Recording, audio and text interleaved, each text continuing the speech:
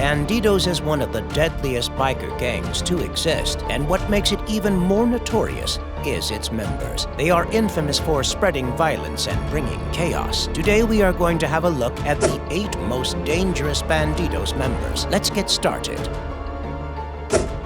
Starting off with the founding father of Bandidos, Donald Eugene Chambers, a veteran of the Vietnam War who founded the Bandidos Motorcycle Club in Houston, Texas in 1966. He drew inspiration from the movie The Wild One, starring Marlon Brando, adopting the name and culture. But he didn't know that he'd end up giving birth to one of the world's most notorious outlaw motorcycle gangs. Chambers was known for his strong personality and a cravings for violence.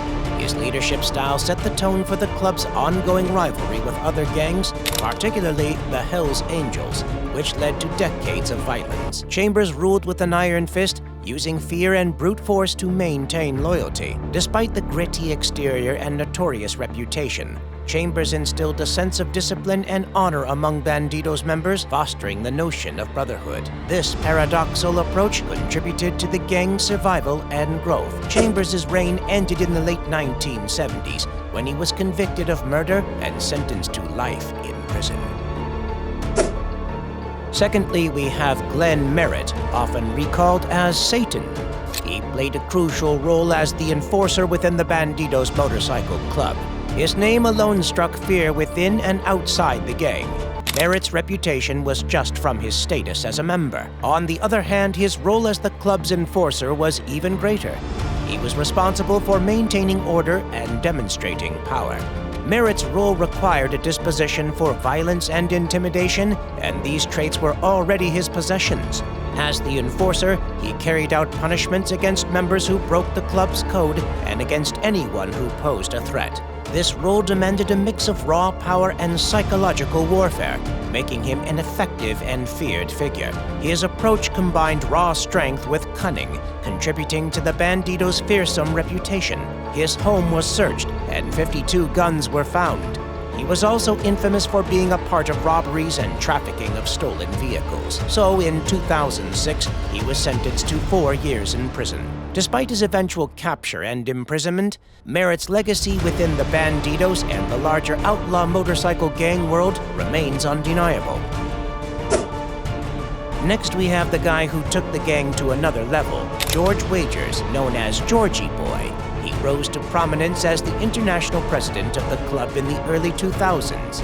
Under his leadership, the Bandidos expanded into an international powerhouse within the outlaw motorcycle gang community. Wagers had a vision for the Bandidos, emphasizing a robust organization with a broad reach and considerable resources. This vision transformed the Bandidos into a highly coordinated international operation.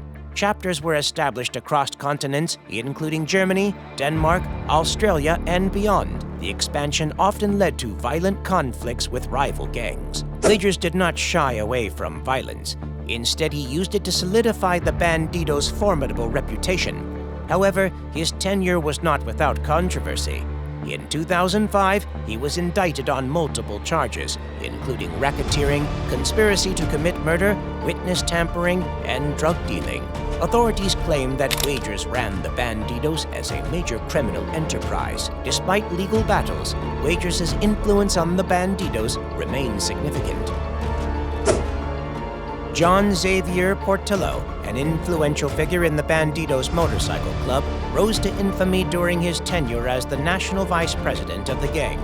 His reign marked a period of increased violence and illicit activities, earning him the moniker Reign of Terror. Portillo's leadership was ruthless, often resorting to violence to assert authority and maintain control. He directly participated in many of the gang's violent incidents, further solidifying the club's fearsome reputation. His leadership was characterized by a hard-line approach, leaving no room for dissent and asserting the Bandidos' dominance over rival gangs. Portillo's reign was not limited to overseeing violent acts. He was also deeply involved in the gang's illegal operations. His involvement in criminal enterprises, particularly drug trafficking, bolstered the Bandidos' financial resources and criminal reputation. Despite his eventual arrest on multiple charges, including racketeering, drug trafficking, and murder, Portillo's reign exemplifies the dangerous nature of the Bandidos Motorcycle Club. His violent leadership and involvement in criminal activities left an indelible mark on the gang's history. Jeff Pike, often referred to as the godfather of the Bandidos Motorcycle Club, held the position of national president for a significant period. Unlike some other members, Pike was not known for his individual violent exploits. Instead, he earned his reputation through his ability to consolidate power, maintain discipline, and manage the gang's vast operations. Pike's ascent through the ranks of the Bandidos allowed him to assume a position of unparalleled power and influence within the gang. While not overtly violent, Pike's leadership still focused on making strategic decisions that kept the Bandidos at the top of the outlaw motorcycle gang hierarchy. Under Pike's leadership, the Bandidos saw a consolidation of power within the gang. Pike emphasized discipline and order among members, even amidst the chaos of the criminal underworld. The gang's involvement in various criminal activities, from drug trafficking to violent crimes, continued to fuel their dangerous reputation. The strength in his ability to command respect and maintain order was unmatched. His strict enforcement of discipline, coupled with his strategic decision-making, further solidified the Bandidos' position in the outlaw motorcycle gang world. Jeff Pike's legacy within the Bandidos Motorcycle Club reflects his role as a power consolidator and a leader who emphasized discipline and order. Jesse James Benavides, known as the Subversive, was a member of the Bandidos Motorcycle Club known for his disruptive and independent nature. Unlike many members who focused on strengthening the gang and adhering to its code, Benavides had a reputation for stirring conflict and challenging authority. Benavides' independent streak and unwillingness to follow orders often put him at odds with the gang's leadership. While most gang members would have faced severe consequences for insubordination, Benavides' violent tendencies and fearlessness made him a formidable figure within the gang. His propensity for violence extended beyond his actions. He was also outspoken and willing to question the decisions and directions of the gang's leadership. Despite his controversial nature and disruptive actions, Benavides remained a significant figure within the Bandidos due to his ruthless disposition and ability to strike fear. His actions and the fear he instilled continue to resonate through the gang's history. Justin Forster, known as the strategist within the Bandidos Motorcycle Club, played a crucial role in the gang's operations. As the National Sergeant-at-Arms, he was responsible for coordinating the gang's activities, enforcing its rules, and maintaining discipline. Forster's job required meticulous organization and strategic thinking.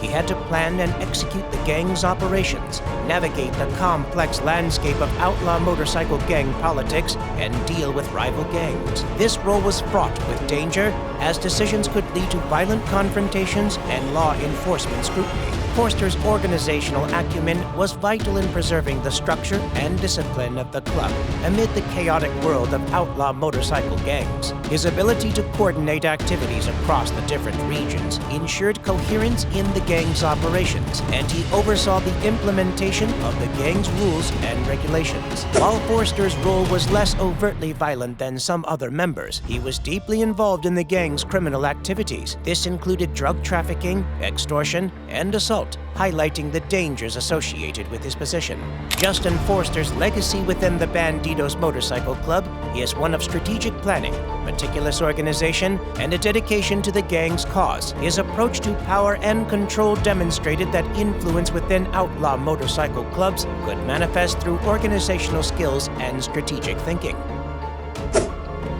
Lastly, we have Robert Quiroga, known as the provocateur within the Bandidos, who was a real badass. Quiroga's audacious demeanor and propensity for confrontation made him a controversial figure both within the Bandidos and in the broader outlaw motorcycle gang community. He did not shy away from confronting rival gangs, and his fearless nature often led to violent altercations. His provocative nature extended beyond physical actions. Quiroga was known for instigating others to act on his behalf, whether rallying fellow bandidos to confront rivals or manipulating situations to incite violence. His ability to provoke others amplified the danger he posed. Despite his legal troubles and numerous arrests, Quiroga's influence on the Bandidos and the broader outlaw motorcycle gang community remains undeniable. His provocative actions exemplified the defiance and audacity associated with the outlaw biker culture. These were 8 most influential yet dangerous members of Bandidos. Hopefully you liked it. Make sure you give it a like and share with your fellows.